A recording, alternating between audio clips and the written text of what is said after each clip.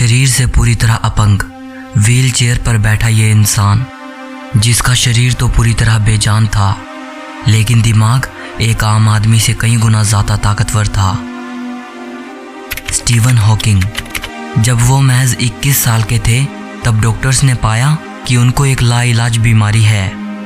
Doctors ने कहा कि स्टीवन ज़्यादा से ज़्यादा 2 साल तक जिंदा रहेंगे, लेकिन अपनी दृढ़ इच्छा शक्ति से उन्होंने डॉक्टर्स की भविष्यवाणी को झूठ साबित कर दिया। इस वीडियो को आखिर तक ज़रूर देखना। आप इस महान वैज्ञानिक के बारे में 21 ऐसी बातें जानोगे जो वाकई आपको हैरान कर देंगी। नंबर 21। एक इंटरव्यू में स्टीवन हॉकिंग से पूछा गया कि उनकी नज़र में संसार का सबसे दिलचस्प रहस्य क्या है। स्टीवन हॉकिंग ने जवाब दिया, औरतें। उन्होंने हंसते हुए कहा कि उनके लिए औरतें एक अबूझ पहेली हैं। नंबर 20। स्टीवन हॉकिंग के जन्म और मृत्यु से एक बड़ा संयोग जुड़ा हुआ है। जिस दिन ग्रेट साइंटिस्ट गैलीलियो गैलीली की मृत्यु हुई थी, उससे पूरे 300 साल बाद 8 जनवरी 1942 को स्टीवन हॉकिंग का जन्म हुआ था। और दुनिया के सबसे महान साइंटिस्ट एल्बर्ट आइंस्टाइन के बर्थडे वाले दिन स्टीवन की मृत्यु हुई।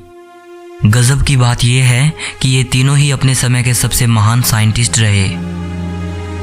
नंबर 19।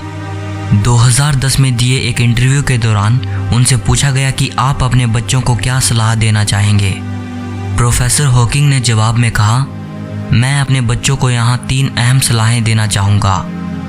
पहली, याद रखना, हमेशा ऊपर सितारों की तरफ देखना, नीचे पैरों की तरफ नहीं। दूसरी, काम करना कभी मत छोड़ना, क्योंकि काम तुम्हें ज़िंदगी का अर्थ और उद्देश्य देता है और बिना काम के ज़िंदगी खाली है।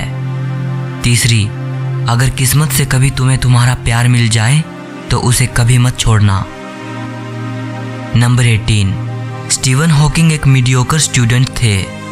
सन 2010 में उन्होंने कहा था कि वो 8 साल का होने तक पढ़ना भी नहीं सीख पाए थे और ग्रेड स्कूल से लेकर उनके ऑक्सफोर्ड जाने तक वो एक लेजी स्टूडेंट थे।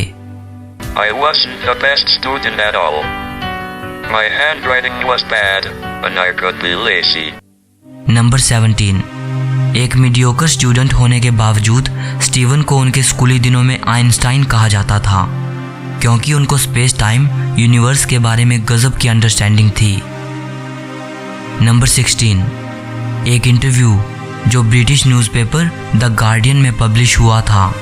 इस इंटरव्यू के दौरान स्टीवन हॉकिंग ने कहा था कि हमारा दिमाग एक कंप्यूटर है और ये कंप्यूटर तब काम करना बंद कर देता है जब इसके कंपोनेंट्स फेल हो जाते हैं। इसी को मृत्यु कहते हैं। और जो ये मान्यताएं होती हैं कि मृत्यु के बाद भी जिंदगी मिलेगी, स्वर्ग वगैरह, ये सब मान्यताएं लोगों को मौत के डर से दिलासा देने के लिए होती हैं, क्योंकि इंसान इस ख्याल से डरता है कि मौत के बाद मेरी चेतना, मेरी हस्ती का क्या होगा। नंबर 15। स्टीवन हॉकिंग ने कहा था कि हम सब जिस पर चाहें उस पर विश्वास करने के लिए आज़ाद हैं, और मेरा स्पष्ट विचार ये है कि कोई ईश्वर नहीं है। इस ब्रह्मांड को किसी ईश्वर ने नहीं बनाया है और ना ही कोई हमारे भाग्य को लिखता है। और यही चीज़ मुझे एक गहरे एहसास की ओर लेकर जाती है। कोई स्वर्ग नहीं है और मृत्यु के बाद कोई जीवन नहीं होता। हमारे पास यही सिर्फ एक ज़िंदगी है ब्रह्मांड के इस ग्रैंड डिज़ाइन को समझने और सराहने के लिए, और जिसके लिए मैं बहुत आभारी हूँ। नंबर 14। कैथोलिक चर्च के पोप जॉन पॉल हॉकिंग की बातों का समर्थन नहीं करते थे, क्योंकि दोनों की आइडियोलॉजीज एक दूसरे से अलग थी। पोप जॉन पॉल कहते थे कि इस बात पर कोई आर्ग्यूमेंट नहीं किया जाना चाहिए कि कैसे ये ब्रह्मांड बना और किसने ये ब्रह्मांड बनाया। ये साफ है कि भगवान ने ही इसे बनाया है। जबकि प्रोफेसर हॉकिंग कहते थे कि सिर्फ साइंस ही ये एक्सप्लेन कर सकती है कि कैसे ये ब्रह्मांड बना।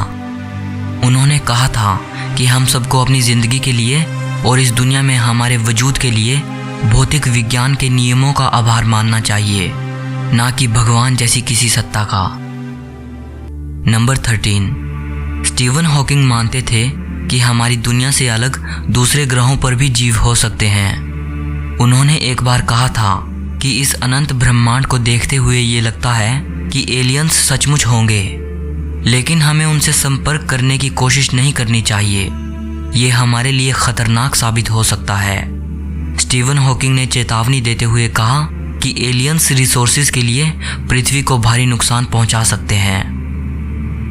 नंबर 12, 2010 में स्टीवन हॉकिंग ने कहा था कि अगर कभी एलियंस हमारी दुनिया को विजिट करते हैं तो नतीजा कुछ ऐसा होगा जैसा कि तब हुआ था जब कोलंबस अमेरिका की धरती पर उतरा था। कोलंबस का अमेरिका पहुंचना अमेरिका के लोगों के लिए नुकसानदायक साबित हुआ था। नंबर 11, वैसे तो स्टीवन साइंटिफिक कम्युनिटी में पहले से ही काफ़ी फेमस थे, लेकिन वास्तव में वो आम लोगों की अटेंशन में तब आए जब 1988 में उनकी science book a brief history of time publish हुई। इस बुक ने पूरी दुनिया में तहलका मचा दिया। ये अपने समय की सबसे ज़्यादा बिकने वाली बुक बनी।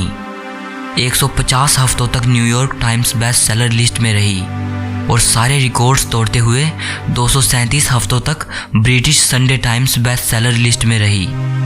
इस बुक की 1 करोड़ से भी ज़्यादा कॉपीज बिक चुकी हैं।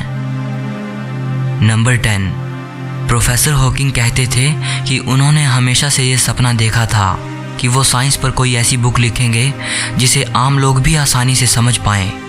वे कहते हैं कि a brief history of time पर उनका ये सपना पूरा हुआ। ये बुक उन्होंने तब लिखी थी जब वो पूरी तरह अपंग हो चुके थे। स्टीवन की ये बुक कॉस्मोलॉजी पर है और उन्होंने इसमें बिग बैंग और ब्लैक होल्स जैसे विषयों पर लिखा है। नंबर 9, प्रोफेसर हॉकिंग ने अपनी डॉटर ल्यूसी के साथ मिलकर बच्चों के लिए भी कई साइंस बुक्स लिखी हैं। ये किताबें जॉर्ज नाम के एक लड़के पर केंद्रित हैं जो ब्रह्मांड में ट्रैवल करते हुए ब्रह्मांड के बारे में सीखता है। नंबर 8, इतने महान वैज्ञानिक होने के बावजूद और उनकी ग्राउंड ब्रेकिंग डिस्कवरीज के बावजूद भी स्टीवन हॉकिंग कभी नोबेल प्राइज नहीं जीत पाए। नंबर 7, स्टीवन एक फेमस साइंटिस्ट तो थे ही, लेकिन वो बहुत से टीवी शोज जैसे स्टार ट्रेक, द सिम्पसन्स और द बिग बैंग थियरी में भी नजर आ चुके हैं। नंबर 6, बीबीसी को दिए एक इंटरव्यू में प्रोफेसर स्टीवन हॉकिंग ने कहा था कि स्पेस में ट्रैवल करने की उनकी लंबे अरसे से ख्वाहिश है। 2007 में उनकी ये ख्वाहिश तब पूरी हुई जब साइंटिस्ट उन्हें एक स्पेस शटल में ले गए और वहाँ स्टीवन को जीरो ग्रेविटी का अनुभव कराया गया। प्रोफेसर हॉकिंग करीब 4 मिनट तक वेटलेस रहे। नंबर 5, स्टीवन हॉकिंग ने दुनिया के अंत के बारे में बात करते हुए ये कहा था कि आर्टिफिशियल इंटेलिजेंस, न्यूक्लियर वार, महामारियाँ, क्लाइमेट चेंज और बढ़ती जनसंख्या, ये सभी वो कारण हैं जो दुनिया को अंत की ओर लेकर जाएंगे। प्रोफेसर हॉकिंग ने कहा था कि मुझे लगता है मानव जाति के पास खुद का अस्तित्व बचाए रखने के लिए 1000 साल हैं। जब तक कि ये पृथ्वी मनुष्य के रहने के काबिल ना बचे, तब तक हमें पृथ्वी जैसा कोई और ग्रह खोजने की ज़रूरत है। नंबर 4, 1963 में जब स्टीवन महज 21 साल के थे, तब डॉक्टर्स ने उनको बताया कि उन्हें मोटर न्यूरॉन नाम की एक भयानक लाइलाज बीमारी है। इस बीमारी में इंसान का उसकी मांसपेशियों से नियंत्रण छूटने लगता है और धीरे धीरे उसका सारा शरीर अपंग हो जाता है और उसकी मृत्यु हो जाती है। किसी इंसान में इस बीमारी के पता लगने के कुछ ही महीने या साल बाद इंसान की मृत्यु हो जाती है। जब डॉक्टर्स को पता चला कि स्टीवन को ये बीमारी है, तब डॉक्टर्स ने उनको बताया कि वो 2 साल से ज़्यादा नहीं जी पाएंगे। लेकिन स्टीवन ने अपनी इच्छा शक्ति के बदौलत डॉक्टर्स की भविष्यवाणी को झूठ साबित कर दिया। वो 50 साल से भी ज़्यादा जिए। बीमारी के पता चलने के बाद धीरे धीरे वो पूरी तरह अपंग हो गए थे, सिर्फ उनका दिमाग जिंदा था। नंबर 3, बीमारी की वजह से स्टीवन का शरीर पूरी तरह बेजान हो गया। वो ना लिख सकते थे और ना ही बोल सकते थे, लेकिन इसके बावजूद उन्होंने कई किताबें लिखी। ये किताबें उन्होंने अपने स्पीच सिंथेसाइज़र की मदद से लिखी। ये उनका स्पीच जनरेटिंग डिवाइस था, जिसकी मदद से वो अपने गाल की मांसपेशी की कंपन द्वारा शब्दों को टाइप करते थे। स्टीवन पूरी तरह अपंग होने के बावजूद भी इस डिवाइस की मदद से लोगों से बात कर पाते थे। नंबर 2, स्टीवन हॉकिंग ब्रिटिश थे, लेकिन उनके स्पीच सिंथेसाइज़र में जो कंप्यूटराइज आवाज़ थी उसका एक्सेंट अमेरिकन था। स्टीवन के स्पीच जनरेटिंग डिवाइस में समय समय पर काफ़ी सुधार होते रहे, लेकिन उन्होंने उस अमेरिकन एक्सेंट वाली कंप्यूटराइज आवाज़ को कभी बदलने नहीं दिया। स्टीवन उसे अपनी आइडेंटिटी के साथ जोड़ते थे। उन्हें वो आवाज़ बेहद पसंद थी और लोगों के बीच भी वो आवाज़ इतनी फेमस हो चुकी थी कि कोई भी उसे थोड़ा सा सुनकर ये आसानी से बता सकता था कि ये प्रोफेसर स्टीवन हॉकिंग बोल रहे हैं। Hello. My name is Stephen Hawking.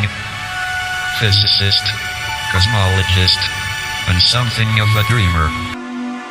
Number 1, जब कोई व्यक्ति स्टीवन हॉकिंग से मिलने जाता था तो वो सोचता था कि वो एक ऐसे व्यक्ति से मिलने जा रहा है जिसे सिर्फ दिमाग कहा जा सकता है, शरीर नहीं। लेकिन जब व्यक्ति उनके सामने खड़े होकर उनसे बात करता तब उसे पता चलता था कि वो एक ऐसे अद्भुत इंसान से मिल रहा है जिसे किसी की सहानुभूति, सहायता और दया की ज़रूरत नहीं है, बल्कि व्हील चेयर पर बैठे होने के बावजूद वो सब काम कर सकता है, यहाँ तक कि वो दूसरे के कामों में भी मदद करने को सक्षम है। पूरी तरह से विकलांग होने के बावजूद इस महान वैज्ञानिक ने साबित करके दिखाया कि अगर इंसान का खुद पर पूरा विश्वास हो तो वो कुछ भी कर सकता है। उन्होंने एक बार कहा था, पिछले 49 सालों से मैं मरने का अनुमान लगा रहा हूँ। मैं मौत से नहीं डरता, लेकिन मुझे मरने की भी कोई जल्दी नहीं है, क्योंकि मरने से पहले मुझे अपनी ज़िंदगी में बहुत सारे काम करने हैं।